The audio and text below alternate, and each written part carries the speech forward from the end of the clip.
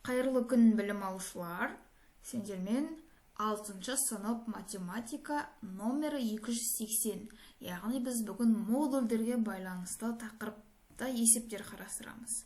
Модуль ол әрқашанда оң болады екен. Оң. Және ол арақашықтық деген мағынаны білдіреді. Арақашықтық. Арақашықтық бізде ол әрқашанда оң мәнге ие. Мына модульдің ішінде мейлі -2 болсын, ол бәрі бірде +2-ке тең. Яғни минусты жойып жібереді, жоқ қылып жібереді деп түсінсек болады екен. Мына сандарды модульдерін табыңдар, жауаптарын теңдік түрінде жазыңдар дейді. Мен бұны модульдің ішіне салайын. -2-ні модульдің ішіне салсам, ол бәрібір +2 болады. Оң санның модулі бәрібір +5-ке тең екен. Әрі қарай модульдің ішінде 14, ол бізде бәрібірде +14-ке тең. Келесі модуль ішінде -56-мыз, ол бәрібірде +56-ға тең. Модуль ішінде 100-міз, ол бәрібірде 100-ге тең екен. Әрі қарай бізде -420-мыз модуль ішінде тең екен, 10 +420-ға екен. Әрі қарай бізде ондық бөлшектерде тұр, 4,2 тең болсын, плюс бәрібірде 4,2-ге тең екен. Модуль ішінде -7,3-міз, ол бәрібірде +7,3-ге тең екен. Модуль ішінде -11,5 тең екен, +11,5-ке. Тағы да 16,2 болсын, тең 16,2. Келесі бізде -20,7 ғой.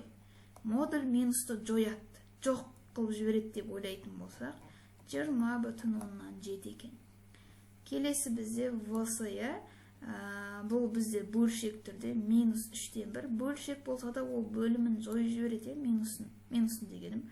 Ол бізде +3-тен 1. Екіншісі 9-дан 5 болсын, ол тең екен 9-дан 5-ке. Әрі қарай бізде мына аралас санды бірінші бөлшекке айналдырып алайық. -1,6-дан 5 тең, бөлшектің бөліміндегі 6-ны қалдырамын, 1-ді 6-ға көбейтемін, 6, алымындағы 5-ті қосатын болсам, 11 минусы бар. Тең +6-дан 11 екен. Келесі 3,7-тен 1 дейді. Мен енді бұны 1-ден айналдырайын. Бөлімінде 7, 3-ті 7-ге көбейтетін болсам 21, алымындағы 1-ді қоссам 22. Бұл модуль ішінде екен. Тең деймін 7, 22 екен. Бұл енді әрине мұнда бізде бұрыс бөлшек болып қалды. Келесі мына минусты 1-ден айналдырайыққа. 88-ге 3-ті қосатын болсам 91. Бұны тең деймінді 11, 91 екен. Мұнда да модуль ішіне салам. Келесі мұнан салдырдым модульға. 8 бөлшектің бөлімінде 4-8-ім 32, мұнда 35. Бұл модульден шыққанда 8-ден 35 екен. Келесі бізде 281-ші есеп, көп нүктенің орнына тиісті санды қойыңыз дейді. Онда мен модуль 3, ол +3-ке тең, мұнда 3-ті жазам. Келесі мұнда 5-тен 1-ге тең екен, мұнда цветті өзгертейік көрінсін. Мұнда 0, келесі -9-дан 4, ол бәрібірде +9-дан 4 болады. -14-ім ол +14 болады екен. Келесі -0,1-ім ол 0,1 болады. Мұнда бәрібірде 3,3-тен 1 болады екен. Мұнда +0,4 болады. Мұнда 2,5 болады. Мұнда минус, бірақ модуль минусты жояды, сонда 5,6 болады екен. Мұнда -9-ім бәрібірде +9 болады. Мұнда 7,1-ім ол +7,1 болады. Мұнда біз модульдерді теңдік белгісімен жазам. Бірінші бізде -2-ім, ол бәрібірде модуль ішіндегі 2-ге тең. Модульден шыққанда ол 2 тең 2 болады. Қалғандары да солай, мысалға минус 21,3 тең болсын, 21,3. Бұл екеуі бәрібір тең болады. Үшіншісі бізде 4-тен 1 тең екен, бізде минус 4-тен 1-ге тең екен.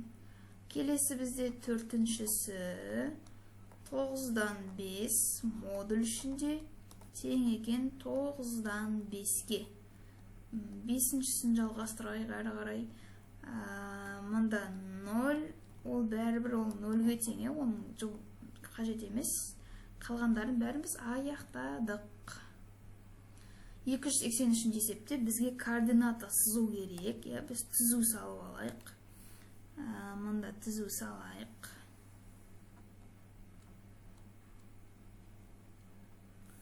Так, мұнда түзу саламыз біз. Түзудің міндеттерде бағыты болу керек. Сосын бастан қайттан сайғыш басын.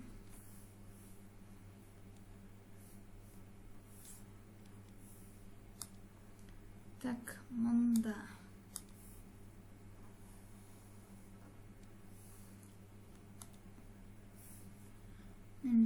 бұлай стрелканың басы бұлай болсын, және бұлай салайық, әдем болсын. Әрі қарай енді біз модуль ішінде 7 болсын. Мысалға плюс 7, минус 7 деп белгілейік. Мысалға мынау 0 болсын бізде. Так, бізде мұнда 1 болсын, 2 бар, мұнда 3 бар ғой. Мұна тұс бізде 2,9 болсын. Бұл бізде D болсын. Сосын бізде мұнда 3, мұнда 4 болсын, мұнда 5 болсын. Мұна жерде мұна тұста бізде 4,3 бар. Минусында, плюсында белгілеймін деген сөз ғой сонда. Мұнда Е нүктесі, және мұнда 6, мұнда 7 болсын. Бұл А екен. Енді минус 7-ні белгілеймін. Мұнда минус 1-ді белгілеймін. Сосын менде минус, мұнда 2, мұнда минус 2,9-ді белгілеймін. Минусында, плюсында белгілеймін ғой сонда. Мұнда 4,3 болса, яғни Б нүктесі, мұнда 3, мұнда 4 қой. Мұнда 3. 4,3 минус 4,3. Онан соң мұнда 5, мұнда 6, мұнда 7 болсын. Мұнда минус 7. Минус 7, плюс 7. Модуль бойынша минусында, плюсында жазып шықтық. Әрі қарай бізде 284 есеп. Номер 284. Бізде қарама-қарсы сандардың модуль дейді. Сонда минус 7, ол тең плюс 7-ге. Келесі минус 23, ол тең плюс 23-ге. Минус 0,3, ол тең плюс 0,3. Минус 100, ол модуль ішінде тең плюс 100 екен. 85 есепті қарастырайық. Теңдеудің шешімдерін координаталық түзу бойында нүктелер мен кескінде дейді. Бірінші бізде номер 285. Модуль ішінде x тең 2 болса, x тең плюс 2, және x тең минус 2 болады. Мұнда да сондай. Екіншісі бізде модуль ішінде x тең 1,5, бұл x тең 1,5, келесі x тең минус 1,5. Үшіншісі y тең 3,5. Y бірім тең 3,5-ге де, екінші y-імді минус 3,5-ге тең. Әрі қарай бізде төртіншіміз бізде модуль ішінде y тең 4,2-ден 1. Бұны бірден бұрыс бөлшекке айналдырып шығарып көрейік. Біріншіміз y тең бөлімінде 2, мұнда 9. Және дәл осына минус қолбаша минус 2-ден 9. Бесіншісі бізде 1.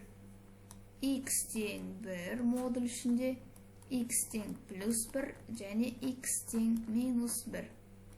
Алтыншымыз бізде x тең 4, x 1 деп те алсақ болады, плюс 4, x 2-міз минус 4.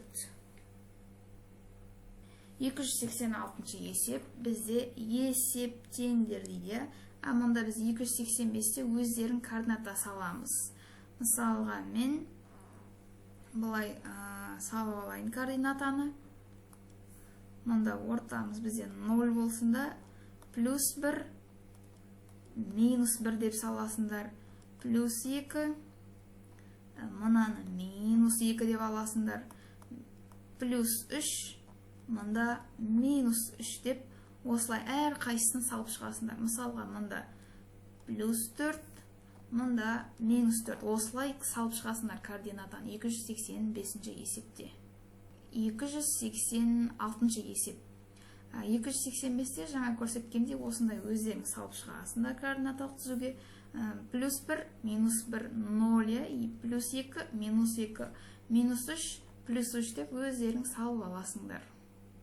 286 есеп. Мұна минус ол модульдің ішінде тұрғандықтан ол плюс болып шығып кетеді. Сонда 4,2 қосамын 3-ті. Сонда 7,2 шығады. Екіншісі бізде бұл плюс 90, оны бөлемін 15-ке мен бірден жазамын, ол 6-ға тең екен.